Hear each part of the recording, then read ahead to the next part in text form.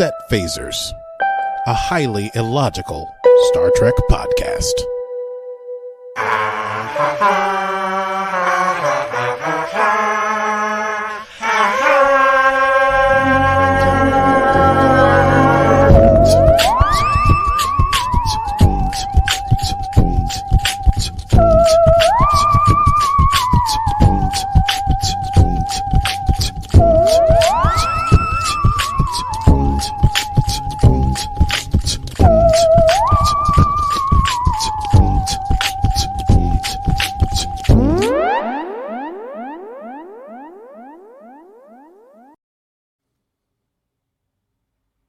Well, hello, Archie. Well, hello, Stevie. How art thou?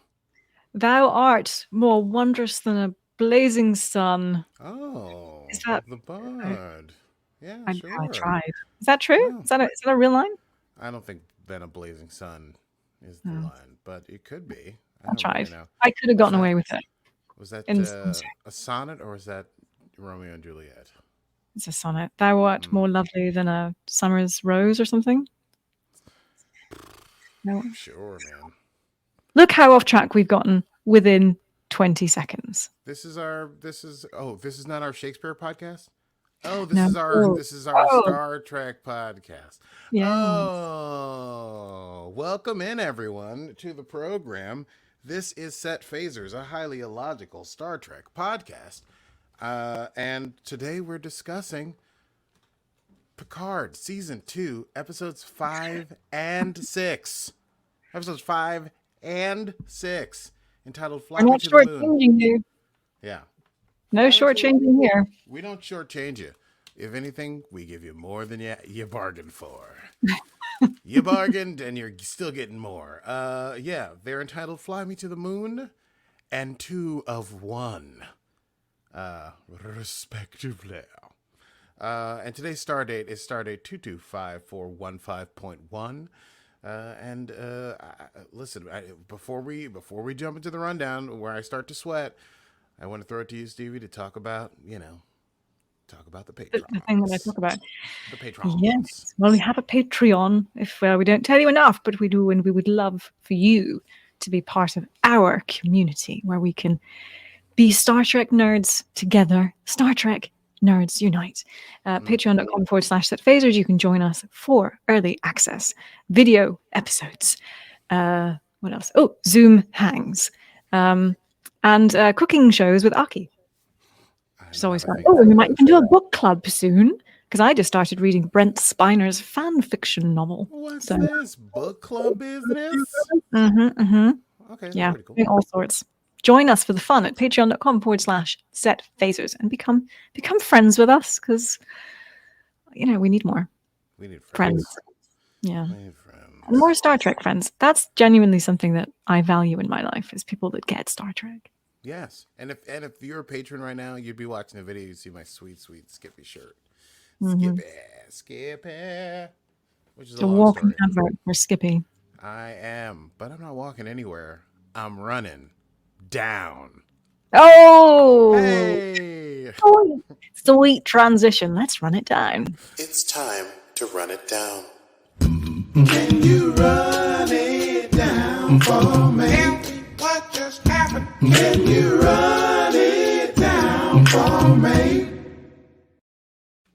Oh, hello, listener. Meet Renee Picard. Hold on.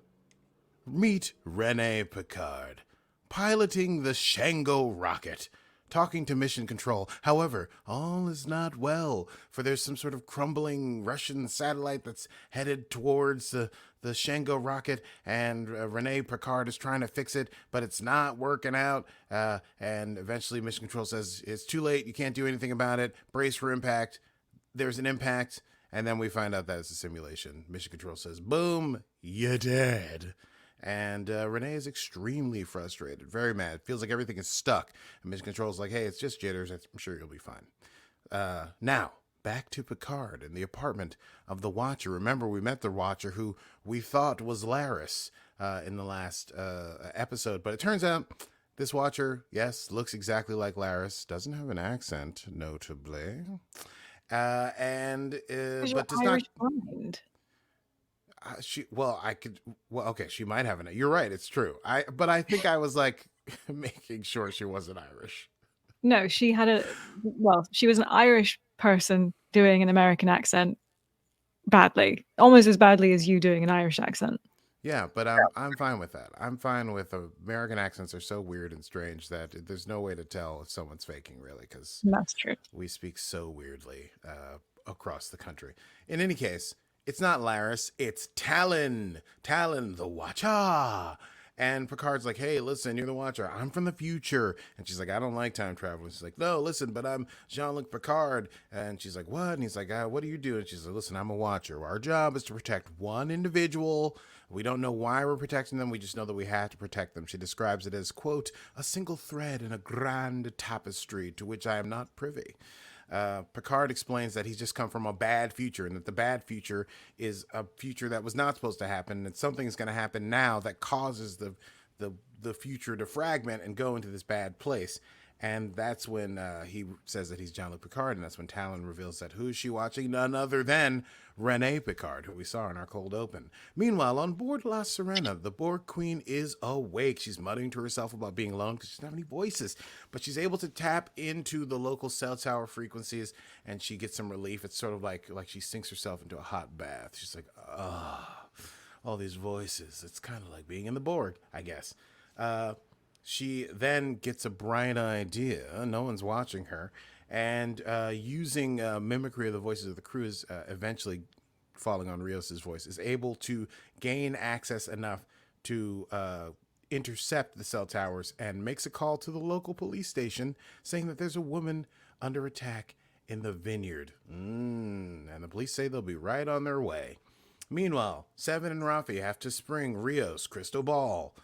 Seven has to talk Rafi down from basically just hard transporting him out and breaking all the time travel rules.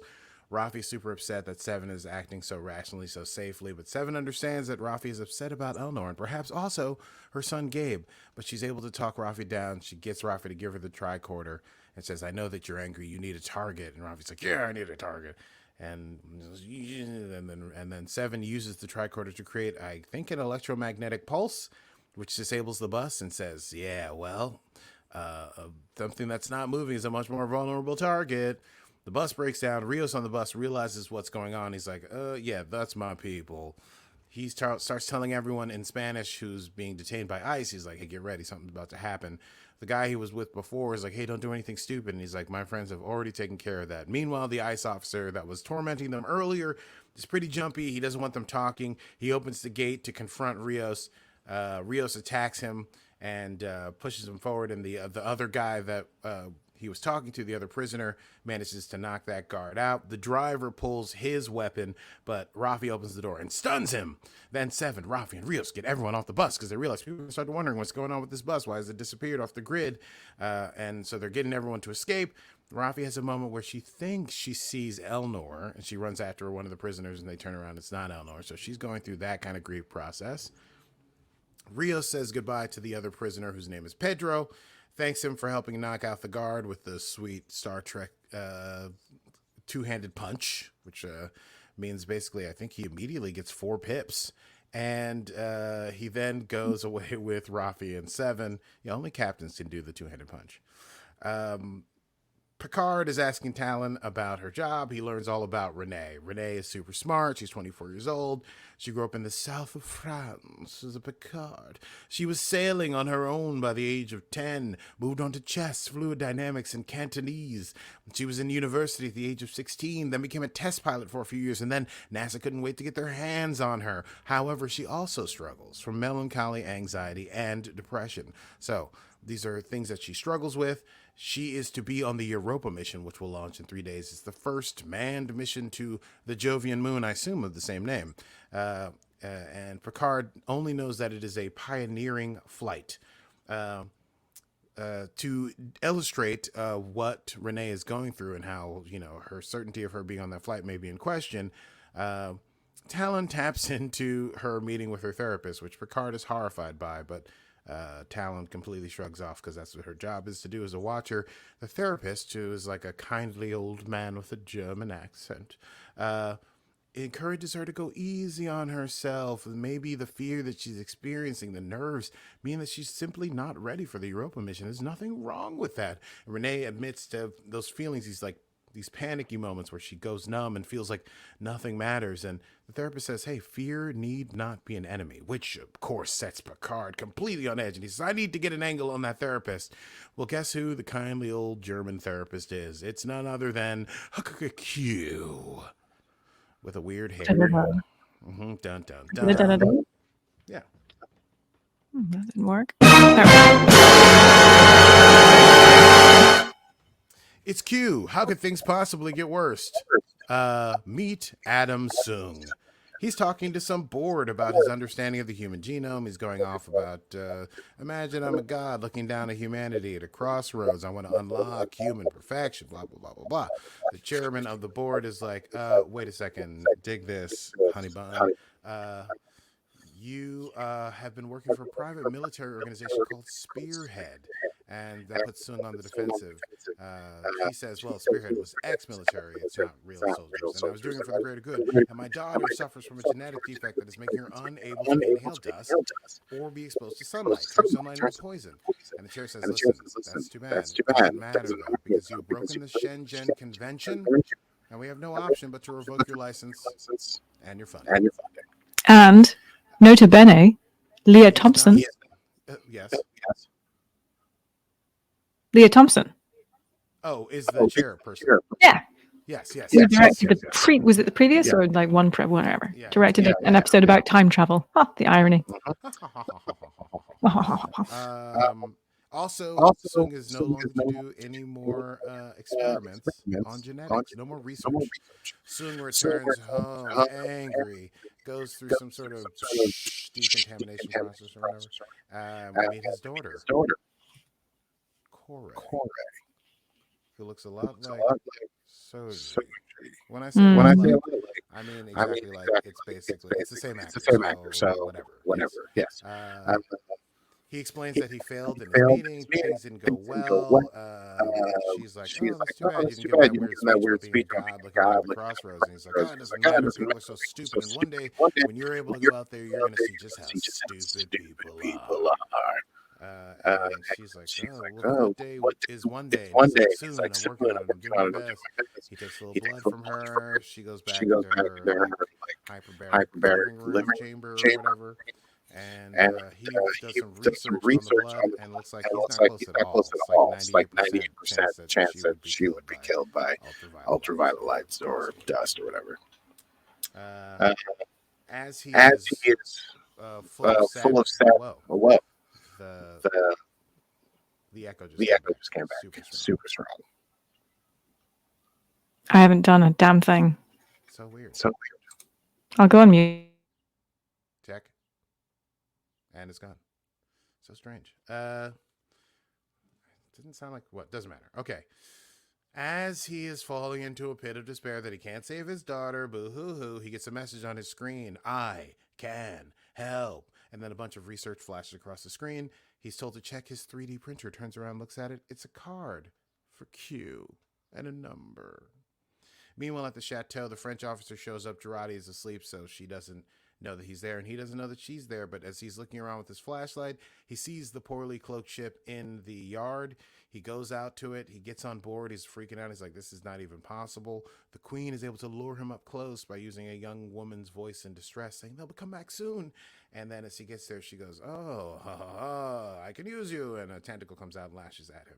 Meanwhile, Soong meets Q at the diner. Q is very evasive in his explanation of who he is. He's like, I am the shadow of the darkness of the window on the wall, the light that reflects off the glinting of the diamonds in the patch of grave dirt. I am the world's worst chicken wrangler. He just says a lot of Q-y stuff. And then he's like, but I know who you are, Soong, and I'm a real respecter of your art. And I want to help you do things. And Q's like, listen, I don't like crackpots, and everyone contacts me for all kinds of crackpot things. And Q's like, you're going to sit down in 17 seconds because you're a father and you're trying to save your daughter, and I know how you can do it. And so Soong sits down. He's like, what's up? And he's like, listen, I'm just here to tell you I want to support what you can do. You don't have enough time to say or money to save your daughter, but I can help you. And Soong's like, what do you want? And he goes, what do I want? Ha ha ha ha ha. I want to give you this weird blue vial of medicine. You go take a look at that, test it, see what it does. And then when you've used it, you tell me what you, then we'll talk about what I want, rather, is what he says. Meanwhile, Talinn and Picard are still talking in the apartment. They're drinking tea now. All right. And Talon's like, why didn't Q just snap his fingers if he's as powerful as you say and just make the Europa mission not work? And Picard says he doesn't know, but he is trying to convince Talon that they need to help keep Q from talking Renee out of the mission. There's something there, something in that. It's 3 days to the mission. It's 3 days to the 15th of April. That's what they figured out with Jurati, what she took from the Queen's mind. This is all coming together.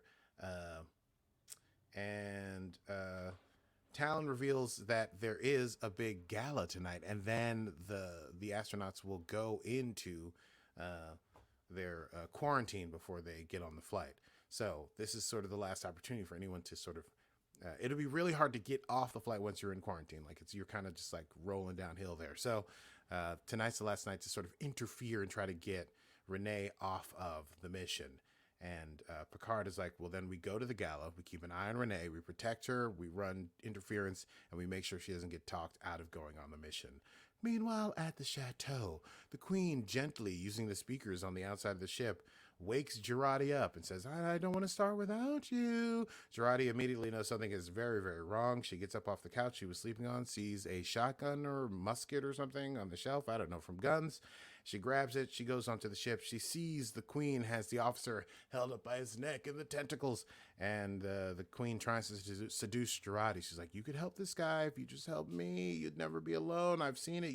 You're alone in every timeline. You're so sad, but you mean nothing to anyone, but not to me. To me, you're everything. Just typical manipulator bullshit.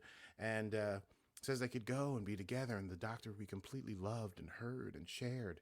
And Doc raises the gun, and the Queen's like, you won't do it. You need me. And then we have a close-up on Jurati as she pulls the trigger. But what happened there, we won't know for a while. Soong, meanwhile, analyzes Q's vial. The computer shows that it's 100% effective. He gives it to Kore. It works. He's able to take away the drone things. She can get sunlight. She jumps in the pool. She's swimming around. She's so happy. She's not really good at swimming. She's like, was my mother a good swimmer? And Soong says, she swam like a duck, which, you know what? When I first listened to the episode, I was like, oh, yeah, okay, well, that's cute. But then I realized what he probably meant was that he used like duck DNA to in Kore or whatever. I don't know. That's what I thought as I was watching it the second time for Quest. He tells Kore she's got to be patient. She's like a couple decades behind everyone else. As they're talking about that and Kore gets out of the pool, the medicine abruptly stops working. The sunlight turns to poison. The sunlight turns to poison, and she falls to the ground with her veins going all dark, and she's coughing and she can't breathe. And so he frantically gets the shield back in place, and he's looking at her, and we assume that she saves her, but we can see the panic on Adam Soong's face. Meanwhile, Rio, Seven, and Rafi get back to La Serena. They see Jurati covered in blood. She's like, don't worry, not my blood, but she's in a state of shock. The Queen has been shot dead. She's like, ooh, I may have ruined our one way to get back home. And the officer is unconscious on the sickbay table. Jurati says she was able to fix most of his organs, but his spleen is in a box nearby. She erased his memory of the event, but they need to get him back to his car before he wakes up. And as they're trying to drag the body out of the ship and back to the car of this police officer, that's when Picard shows up with Talon. And Talon's like, this is your crew dragging this dead police officer. And Picard's like, he's probably not dead. Then in Q's lab, in Soong's lab, we see Q. And Soong is like, okay, the medicine worked, and if you have more of it and a way to make it permanent, then I am completely under your control. What do you need from me? And Q's asks Soong. Q asks Soong if the name Picard means anything to him. Giggles to himself. Back on La Serena, the crew meets Talon, who shows them the Q therapist. Picard explains that not much is known of Renee Picard because the century leading up to First Contact is sort of a chaotic. The histories are not quite complete. What they do know is that the Renee is supposed to discover a sentient or an organism she thinks is sentient on Io, which is I think it's another moon of Jupiter. So I guess they're going to multiple moons. And she convinces her commander to bring it back to Earth. And we don't know what significance that has, but probably has some sort of significance. And he explains his plan. They're going to crash the gala and they're going to run interference. Talinn explains there is one little glitch that maybe means we're going to have to do a sweet, sweet heist episode. Basically, there's a security thing. You need to have like this radio badge that's like an ID and tells your whole life story in order to even get into the thing. But security is air gapped, so it can't be hacked from the outside. So they need someone to go in and then get to the main computer and then upload the fake things. Also, you know what I'm saying. Jurati volunteers to do it. To go in and hack it. Rios is a little worried because they have, Fenris Ranger and like Super Spy. But Picard's like, I think Jurati can do this. She's the one. She's got everything we need. Plus, I have a cunning plan. Yeah, that's right. Jurati goes in as Holly Visser in a stunning red dress. She gets in. She claps eyes on Renee Picard. She's talking to herself at a table. She reports to the crew that she's inside. She gets picked up immediately by security, who escort her away and handcuff her to a chair in the security room. But it was all part of the plan. She's able to report that she's inside. Picard says, okay, we're waiting for your signal.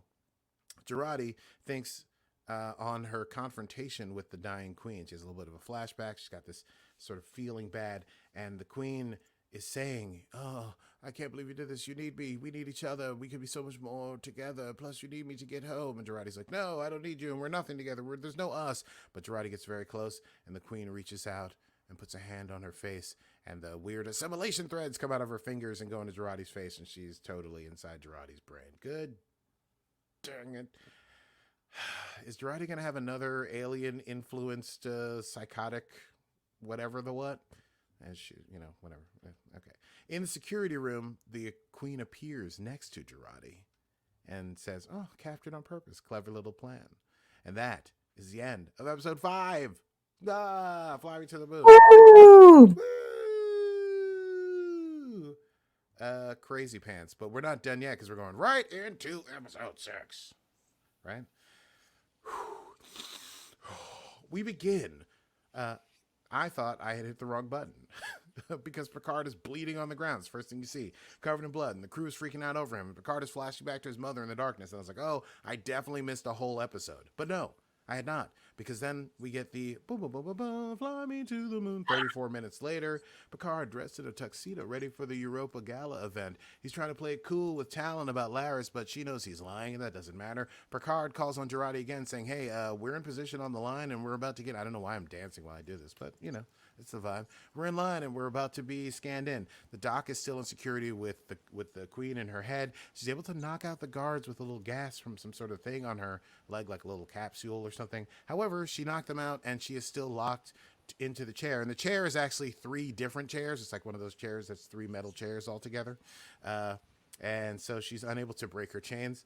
And the queen's like, you should have probably knocked them out after you'd gotten the keys, because the keys are in the guard's pocket. Rios, meanwhile, is about to check in. He gets scanned. It does not go through. Things are about to fall incredibly apart. Picard's like, hey, anytime now, we're in position. The queen, seeing Jurati still struggling, says, hey, I could help if you just let me. Jurati struggles, but then relents. And when told to pull, she pulls her hands together, breaks the chains, no problem. Gets the module in the computer just in time for Rios' second check-in attempt, and the rest of them all get in. The queen at the end says, well, that was pretty fun. Now, shall we enjoy the rest of our evening? And she puts out her hand. And this is the moment. This is the crux. This is the time when Jurati has it. But no, she hesitates, but then puts her hand in the queen's, and they go into the party. Flashback to Picard on a hospital bed. Dreaming of his mother and stuff. And I don't know, it's crazy images, like her getting dragged through a door. It's like a horror thing. If we're going horror, somebody better let me know, because I don't handle it well. Meanwhile, 26 minutes earlier, team is in the party. Rio, Seven, and Rafi at the bar doing what they do. Picard is with Talinn at a table. They're watching Renee. She's drinking and looking at video, and then she gets called over by the mission commander, whose name is, I wrote Must, but I know I meant Musa, for photos. She knocks back a drink, and she goes up there, and she's kind of smiling. Picard's like, well, okay, well, things are not going terrible, right? This is like so far so good. But Talinn is less sure. She says Renee has a thing when she's about to like have one of her like downturn sort of spirals, she rubs her ear. And they haven't seen her do that. But Picard learns that Talon has never actually interacted with Renee in the 24 years that she's been watching her. And Talon says that is the code that watchers live by. Picard wonders then, who watches the watcher? I'm a wheel watcher. Girardi is alone at a table, but the queen is in her mind saying like, oh, we're going to do this and we're going to do that. And we're going to, and Girardi's like, there is no way. I just did this because it was the only thing I could do, and I needed you to get us home, and I'm just trying to figure out how to deal with you until I can get you out of my brain. But the queen's like, okay, whatever. But I just think we could have a good time tonight. Whatever, you're looking good. You're stunning here at this party. It's beautiful. You've done what you need to do. Girardi's like, no, I'm on a mission. And the queen says, well, these stress hormones are not good for us. Maybe we should do something. But hey, you're in control, Girardi. You're in control. Rafi, meanwhile, is at the bar. She gets a club soda because, as we know, Rafi is a recovering addict of sorts. Rios comes over, and Rios is super gleeful. He's like, look, I found a cigar, and they use matches in this century in a little box. It's crazy, a little house for their matches. And Rafi's concerned about Rios' euphoria. And Rios says, well, the 21st century is super intense. It's very loud and smoky and smelly, but it's the intensity is kind of interesting. And Rafi notes that Rios has been smiling very goofily since being locked up with that doctor in the ICE detention center, Teresa Ramirez. And she warns him not to get smitten. Then they both see Seven is once again being super social. Everyone's into Seven. And Rafi is sort of glad that Seven is able to enjoy herself. She describes, the Borg implants as being a heavy burden to bear, and she's glad to see Seven is able to travel light for a while.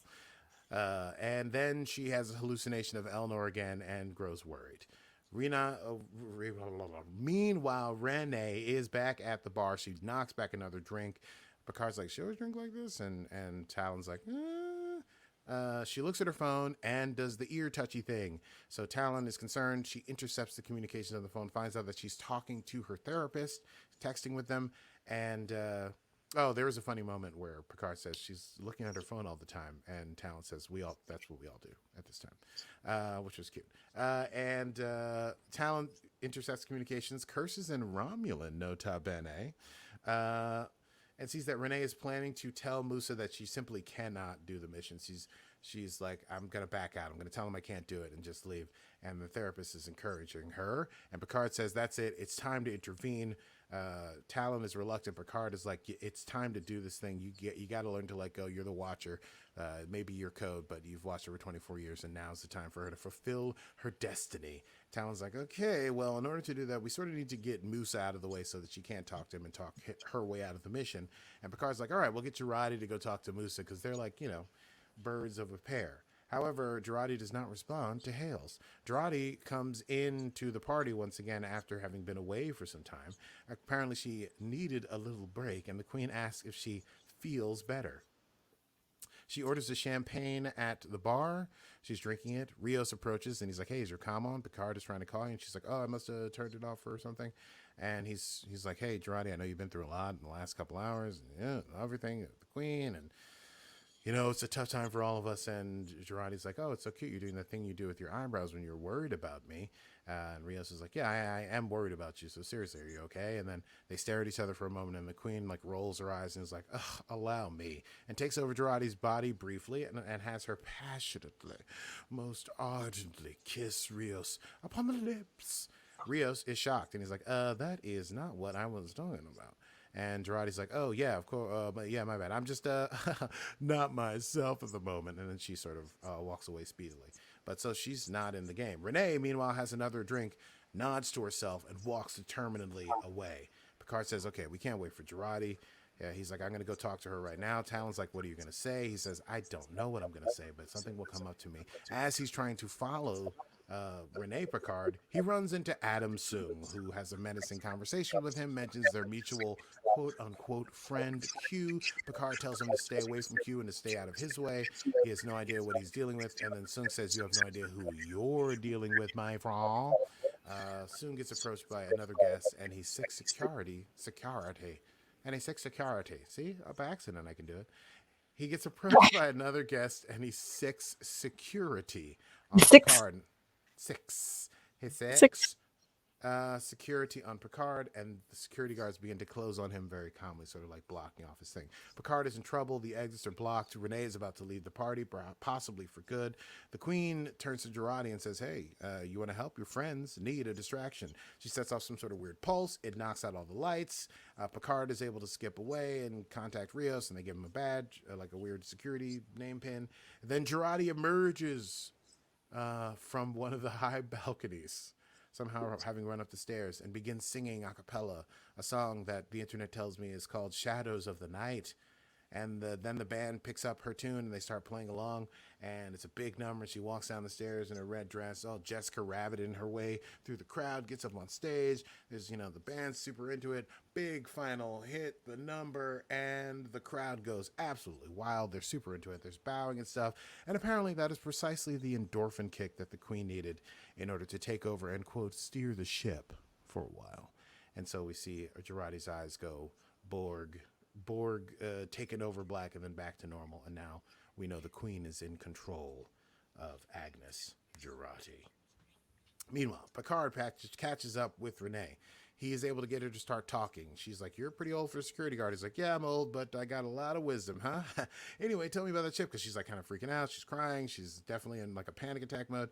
And he's like, tell me about the ship. And she mentions some of the ships in the room. And then he gets her talking about how she feels, and she's like, well, I'm just so afraid, and I feel like fear is something you got to listen to. It might be an indicator that you're not ready. And Picard tells her, no. Fear is fear. It's neutral. Everyone feels fear. Fear means that you're smart and you're intuitive, and you know that there's something to be afraid of, and you're aware of that. There's nothing wrong about that. And then Renee's like, what about the dark times? Since I feel so dark, I feel so sad, like nothing matters. Picard says, he does also say, when he says he's the old security guard, that she reminds him of his mother, who was also loved the stars and also struggled internally. And Picard tells her that even under the darkest circumstances, there is always a glimmer of light. To trust that light and to find a way back to it, no matter what it takes. And some other things happen in the conversation. Anyway, he's super reassuring Grandpa Picard. It works out super well on his great grandmother, Renee Picard, and she's Great aunt, was it? Great aunt, yes, I think so. And then he's like, oh yeah, by the way, I was sent by what's his tush to get you to come do a photo for all the people that are going to be on the mission. Are you going to be on the mission? And she looks at him and she says, I will be on the mission. He's like, well, let's get you to that photo. Meanwhile, Soong is in his car. He's upset. He's trying to pump himself up. He's like, I'm ready to deal with Q to get this obstacle out of the way. I got to do what must be done. I can't hesitate. Meanwhile, Picard is walking with Renee around the outside of the building because it's the quickest way to get through the crowd to get her back to the main stage. That's when Soong speeds towards them in his car, and he's about to knock into Renee, but Picard pushes Renee out of the way, and he takes the hit. He gets hit hard, and he falls on the floor, and so he's bleeding, which explains the original scene that we saw. And then Rios and Talinn rush over because they were, tracking things, and Rios, I noted, is calling him Admiral a bunch of times, like pretty obviously, and in front of Renee Picard. And Talinn says, we need to get into a hospital. And Rios says, well, I know a doctor. They have Picard, we see now in the condition that we saw him before. The hospital bed is a hospital bed in Dr. Teresa Ramirez. Oh boy. Dr. Teresa Ramirez's clinic. And she's trying to fuss over Picard, who's going into cardiac arrest. She asks him if he's had any transplants, and Seven says, "Oh yeah, he's had some transplants." And Ramirez is like, "How many transplants has he had?" And Rafi says, "All of them," because they know that he's got a android body or whatever it's called. The doc uses the defibrillator, which is able to get Picard back into normal sinus, but it shorts out when it interacts with his super duper conductor body. And then the doc orders everyone to leave. Meanwhile, Soong returns back to his house, to his daughter, Kore, and he's acting super duper weird, and he's monologuing like a supervillain, like the Soong we know and love. And he's like, I will do anything now that I know what I'm capable of. I can't believe it. You're my life's work. I did everything. I poured my passion into you. But the why of it, the why, I must know the why. You were my why, and yet still I will fail you.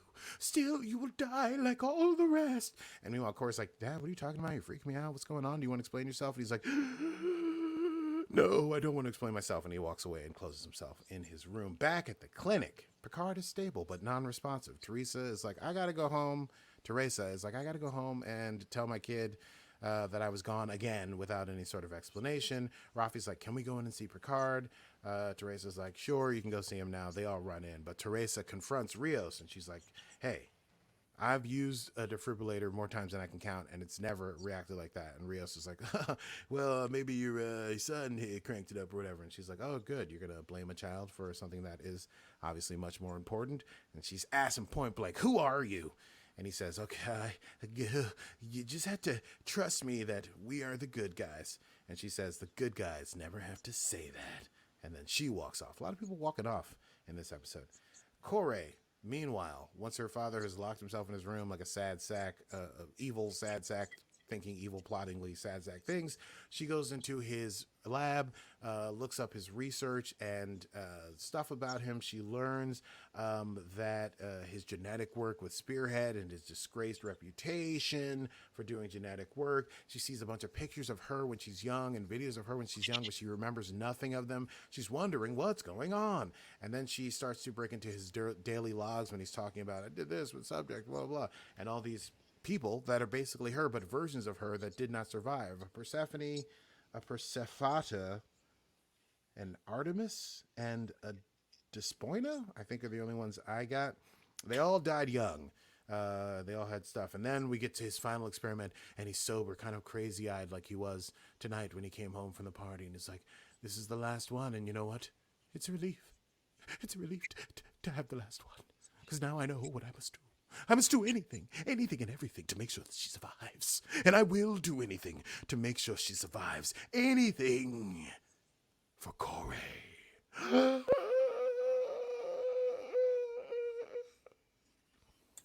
I did it there. I did the gasp. You did do the gasp. Good job. I wasn't sure if you wanted me to step in and help you. It's very humid in here, so I think it worked out well. Okay. Meanwhile, the crew is around Picard. Talon is using her scanner brain thingy to figure out what's going on Picard. They see that his brain is hyperactive. He's just not awake. Like all the neurons are firing like crazy. And he's trapped in his own mind, she suggests. And she's like, well, you know, I have this technology that allows me to take over other people's bodies and talk through them and look through them. I could use that in reverse to go inside his mind, take myself in, see into his subconscious, and to help him out. Oh, another trip into somebody's subconscious. Sounds like a good idea.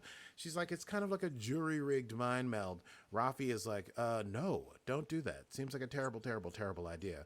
But Rios is like, hey, the only way we're going to get out of here if this guy wakes up, he knows the most about Renee Picard. We got to get him awake. Seven agrees. Rafi relents, admitting that things are bad in this, quote, bullshit time period, but she wonders how they could get worse. And then we get our final scene of episode 6. We see Girardi from behind, wandering the streets of L.A. in her red dress. Or is it the Borg Queen? We hear many overlapping voices.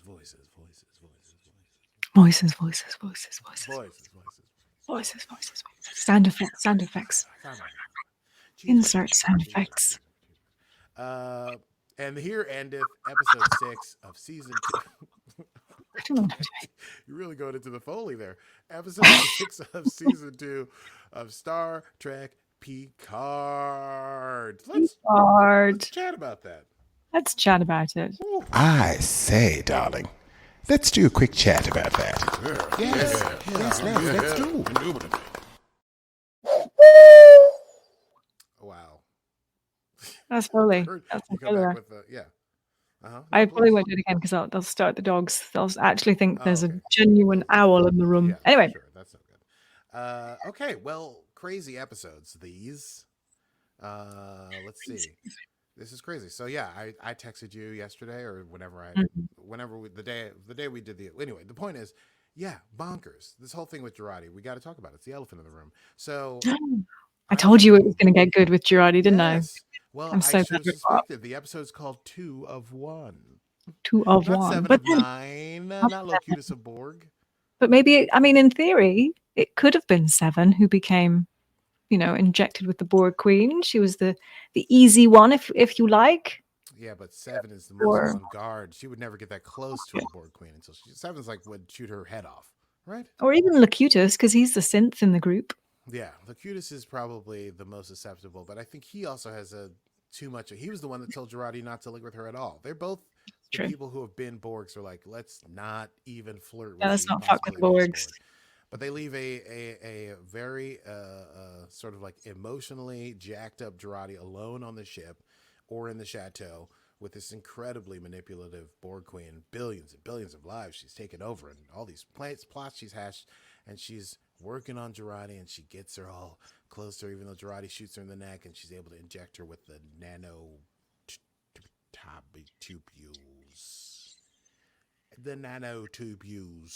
And I don't know. I sort of, like I said to you,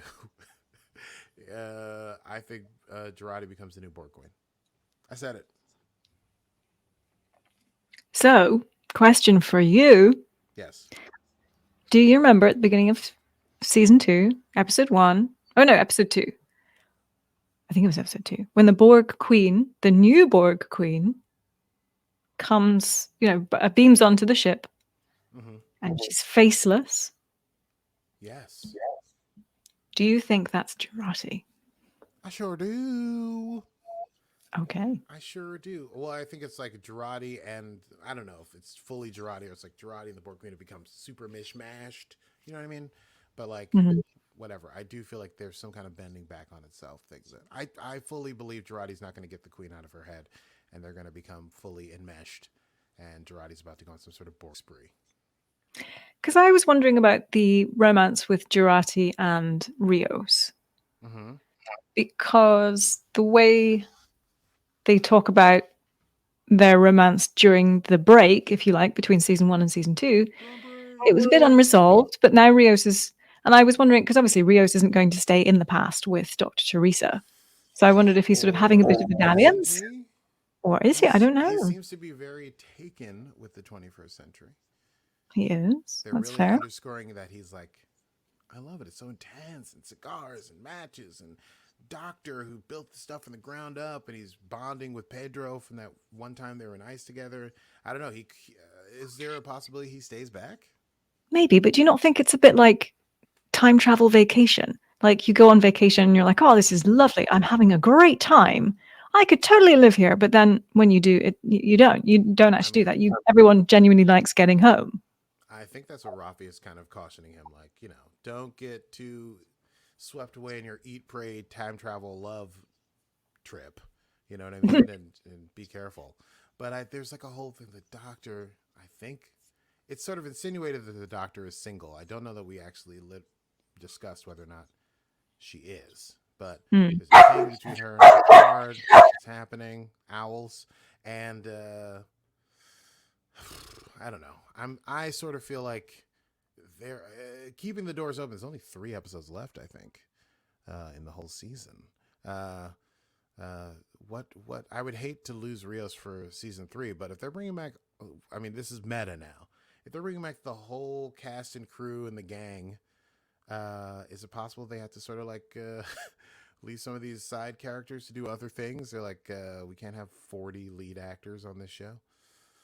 So maybe they're like, leave him in the past. Jurati becomes a Borg queen. Rafi and Seven jump off into space, become Fenris Ranger smugglers for good. Elnor's dead. These are not the things I want to have happen. It could go in many, many directions. Yeah. And that is what our tinfoil time is for. Okay. It's not tinfoil.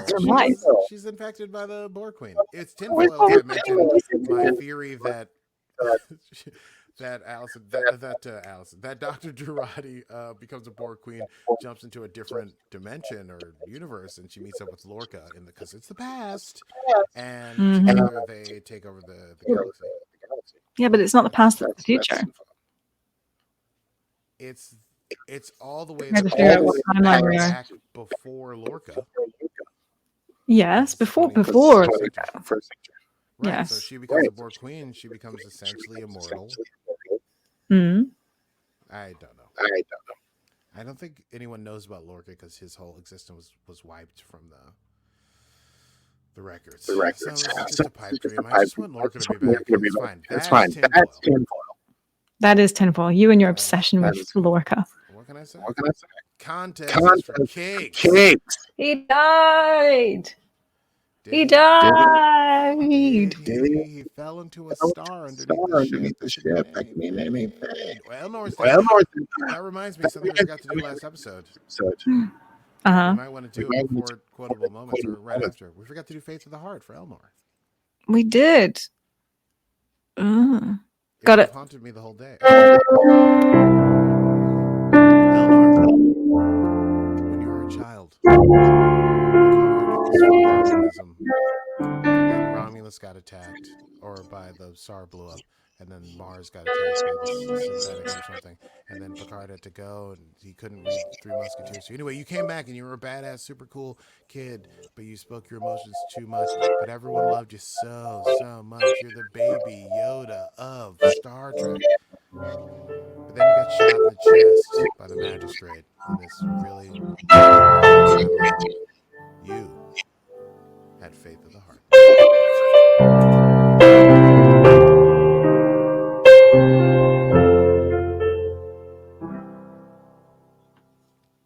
Choose life. Oh my God, you cracked me up. Shall we let's go to quotable moments. Let's go to quotable moments. Even I am worried about myself sometimes. Okay, so I have a couple.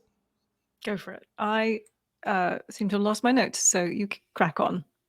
I'll say the first one I wrote was Soong when he first meets Q, and he says, "Do you have any idea how many crackpots contact?" Hold on, let me take that again. He says, "Do you know how many crackpots contact me about my work? I get everything from basement-dwelling Nazis to rich heiresses who want me to clone their fucking cats." Pretty good. Pretty good. Very good. Rafi at the end of episode 6, fine, burrow into his psyche. I mean, what could go wrong? Right before they flash on Dr. Girardi assembling a power. Indeed. And I only have one more. It's Q. When Soong is like, "You have me at a disadvantage, and if you have more of the stuff, I'll do whatever you need to do. I'm your hostage, sir." And Q says, "We're all hostages to what we love. The only way to be truly free is to love nothing. And how meaningless would that be?" Interesting coming from Q. Very interesting. What's Q about? We should have mentioned that I in the know. chat, but I got obsessed with tinfoil. But what is Q's game here? I don't know. If we knew that, there would be no more mystery. If we knew that, there'd be no more mystery. And, I mean, how meaningless would that be? Indeed, indeed. 2 seconds, and then we'll do next time. Next time. Get out. Get out! It's not bloody hokey cokey with these two dogs. In, out, in, out. In, out, in, Take it all out. out. Get out of it. Good. Oh, no. Good job. Thank you. Well, I'm working on it. You know, every day. Let's move on to next time. Next time on Set Phasers. Oh, no, did the Borg Queen take over our episode? Yes. Thank you so much for listening to this episode of Set Phasers. We hope you've enjoyed it. There's only a few episodes left of Star Trek Picard. The next time we will be covering episode 7 of season 2 entitled Monsters. I'm sure that's going to be fine, or it's mostly going to be a romp through Picard's head. And We do that. We do rump. a romp through Picard's head. If you liked this episode and would like to hear more episodes of Set Phases, you can find us wherever you get your podcast from. We put out new episodes usually every Monday, except when we're trying to catch up, which we're trying to do right now. But we're basically there. So yeah, Mondays. Find us, yo. Rate and review. Subscribe. Smash that button. Are there still buttons? No. Yeah, go to patreon.com/setphasers and where we do have a button. You can choose which button you want to be as you join us on our continuing mission to be nerds together. Join us for watch parties, Zoom hangs, book clubs. This is a new thing. And more. Patreon.com/setphasers. Yes, indeed. And we're also on Facebook and Instagram as Set Phasers Podcast. Please join us. Follow the conversation of all things Trek, Meme Game Strong. It's all Stevie. All I do is sit in my house and sweat. Sweat? It's so hot in my apartment today. Oh, you? I thought you were like being me. I was like, no. that's a bit rude. Oh, yeah, I would say that about you. Oh my goodness. Well, anyway, until next time, I am Stevie Manns. And I am a hostage of that which I love. And this has been Set Phasers, a highly illogical Star Trek podcast. Computer. End program.